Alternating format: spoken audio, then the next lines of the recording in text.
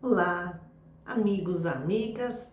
Hoje nós vamos ver um trecho desse livro, A Gênese, um dos livros da codificação espírita, onde existe toda uma reflexão sobre a verdade comprovada da existência de Deus. Escreve o livro A Gênese que Deus é o criador de tudo, todo o universo. Todo o universo é regido por leis perfeitas. O universo é o efeito e a causa. Há pessoas que dizem assim: ah, tudo surgiu do acaso. Aí Allan Kardec faz uma pergunta. Uma bela obra de arte, uma pintura, uma escultura, poderia surgir do acaso? E Allan Kardec faz uma comparação. O universo seria o relógio e Deus o relojoeiro. A existência do relógio atesta a existência do relojoeiro, a engenhosidade do mecanismo do universo atesta a inteligência e a sabedoria de seu Criador. E aí, Allan Kardec escreve que a existência de Deus é uma verdade comprovada pelas revelações, dos espíritos superiores e pelas evidências materiais dos fatos, pela harmonia do universo. E continua Kardec: Deus não se mostra, mas se revela pelas suas obras. Nós não entendemos a natureza íntima de Deus. Falta-nos um sentido que conquistaremos quando chegarmos ao estágio de espíritos puros como Jesus Cristo. Mas, pelo raciocínio, nós podemos ter uma ideia dos atributos de Deus, das qualidades de Deus. E Kardec comenta: sem o conhecimento dos atributos de Deus, é impossível compreender a obra da criação. E olha que interessante, o grande físico Isaac Newton,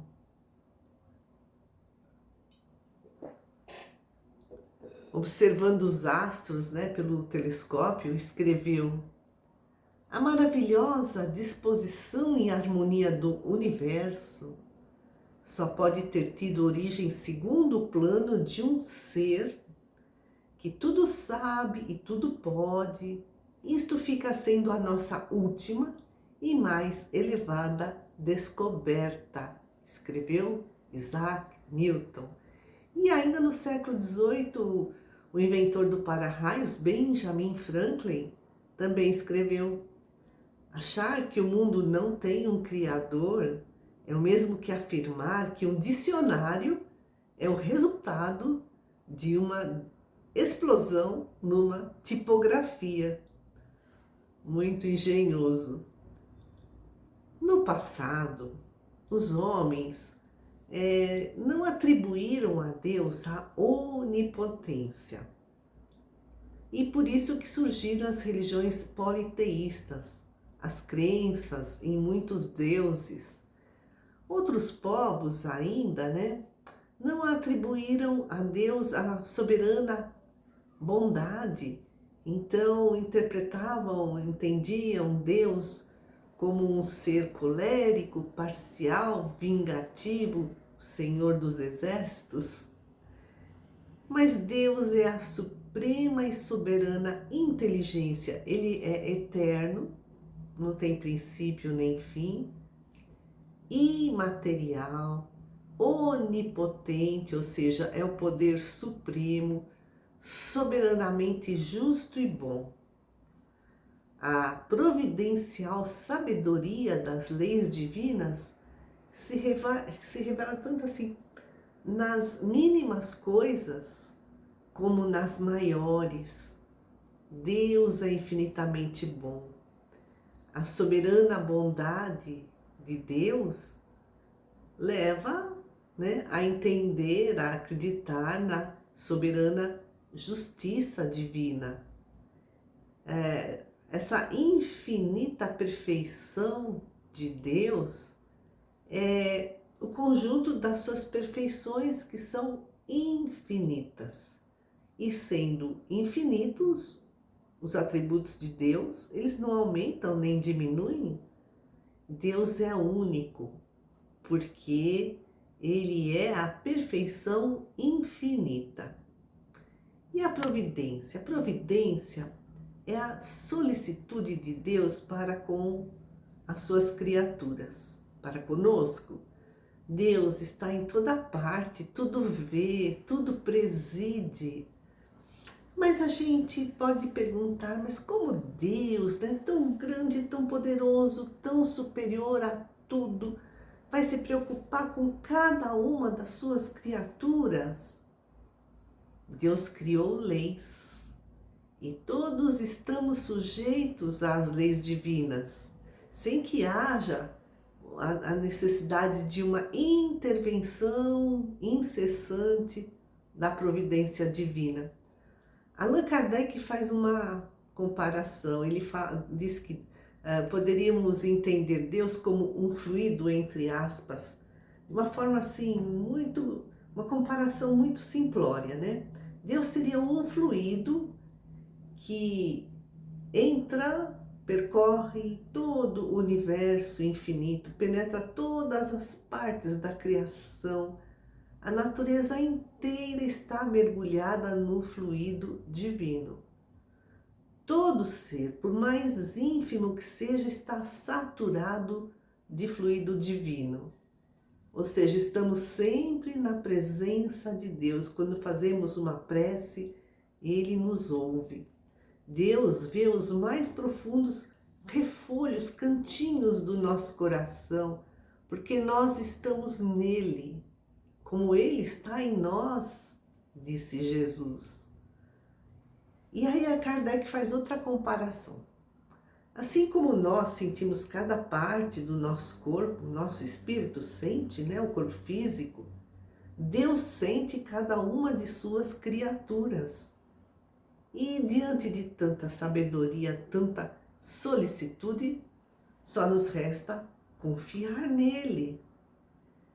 E outra questão: se Deus está em toda parte, por que nós não o vemos? Porque a nossa visão é muito limitada. Allan Kardec explica que só as almas purificadas veem Deus. Aí ele traz outra metáfora.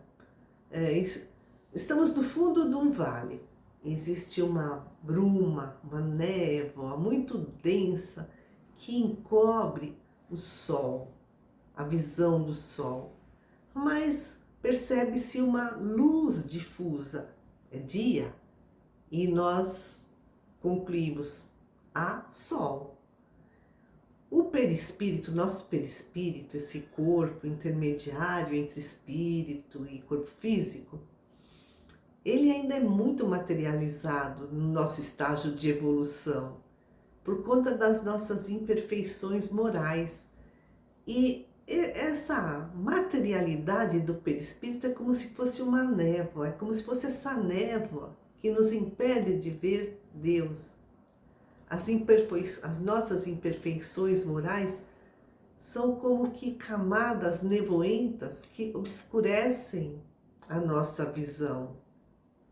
Mas em cada encarnação nós vamos nos depurando, né? Que nem no alambique, né? As impurezas vão se decantando, vão ficando no fundo do alambique, né? E aí, né, estamos em cada encarnação sempre evoluindo, é como se estivéssemos subindo a montanha da nossa evolução.